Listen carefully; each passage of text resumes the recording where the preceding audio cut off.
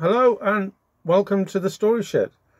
And today's story is one from Grandma's Magical Storybook again. We had one earlier on. This one is called Shimmer and the River. So please sit back, relax, and hopefully enjoy the story. "How many times have I asked you not to wander off?" said Shimmer the mermaid's mum as they swam home from a visit to the surface. "You know you're not allowed to go near the river or the beach." "Why not?" asked Shimmer. "What's wrong with swimming near the river?" But Shimmer's mother was in too much of a hurry to answer questions.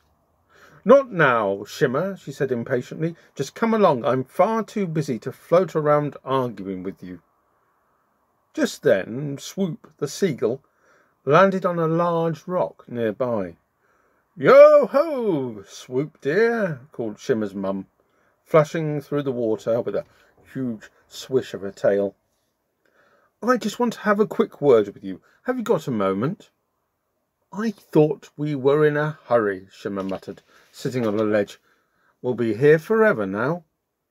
Suddenly the bored little mermaid caught sight of a shoal of angelfish darting through the water.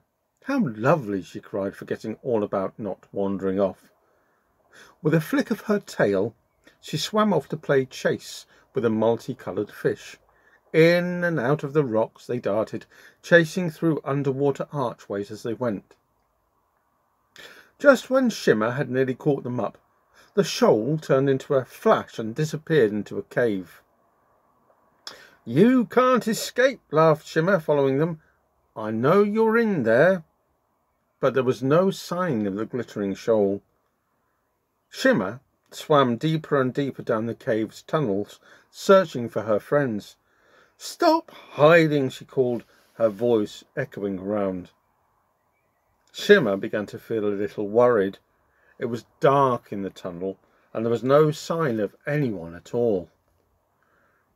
"I think it's time I turned back," she said to herself, remembering her mother's warnings. "But which way do I go?" Shimmer tried first one tunnel, then another, but none of them seemed to lead into the direction of home. She was lost.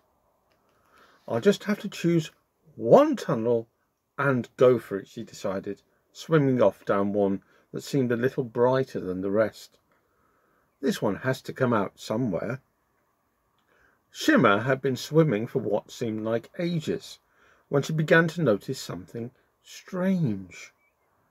As the light at the end of the tunnel got brighter, the water began to get warmer.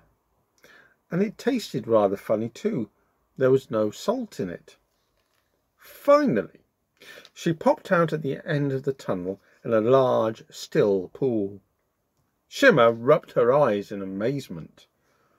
The pool was like no other that she'd ever seen. There was no yellow sand or seaweed in sight. Instead, the edge of the silver pool was soft, velvety green, with strange plants growing all around it. "I must have come out in the river," she gasped, gazing about her. "How beautiful it all is! I wonder why we're not allowed to come here." Just then Shimmer heard a loud cough and turned around to see a large green frog sitting on a nearby rock.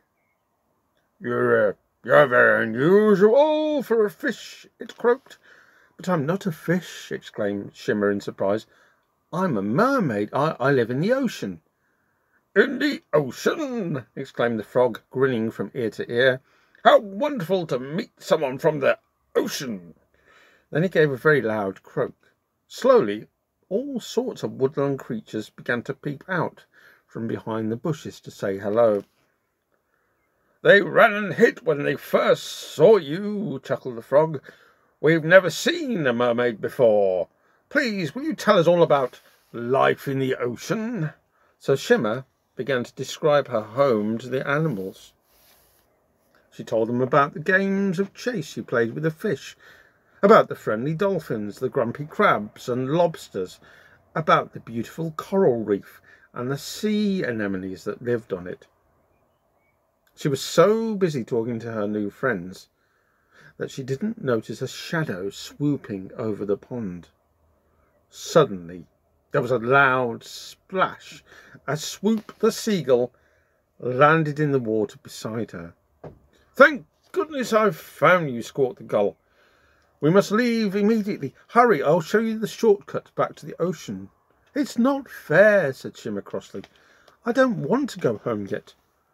"I bet Mum sent you to fetch me." Swoop looked very serious. "She did, and it's a very good job she did. Mermaids become ill if they stay in water without salt for too long.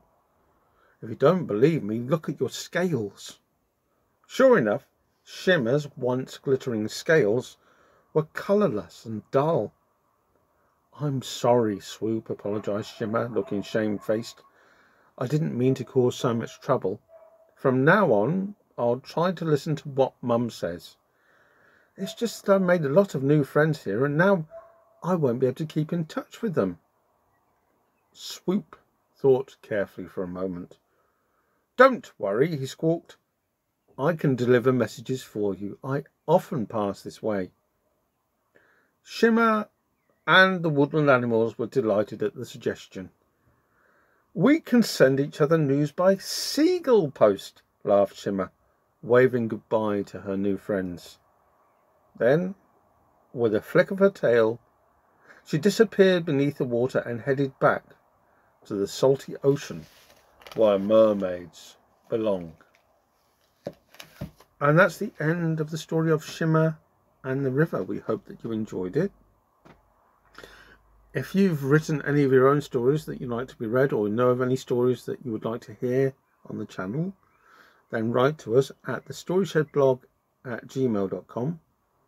That's thestoryshed@gmail.com. And if there are any suggestions you have to make the Story Shed better, then let us know there as well. But in the meantime, take very good care, be well, and bye-bye. Bye-bye.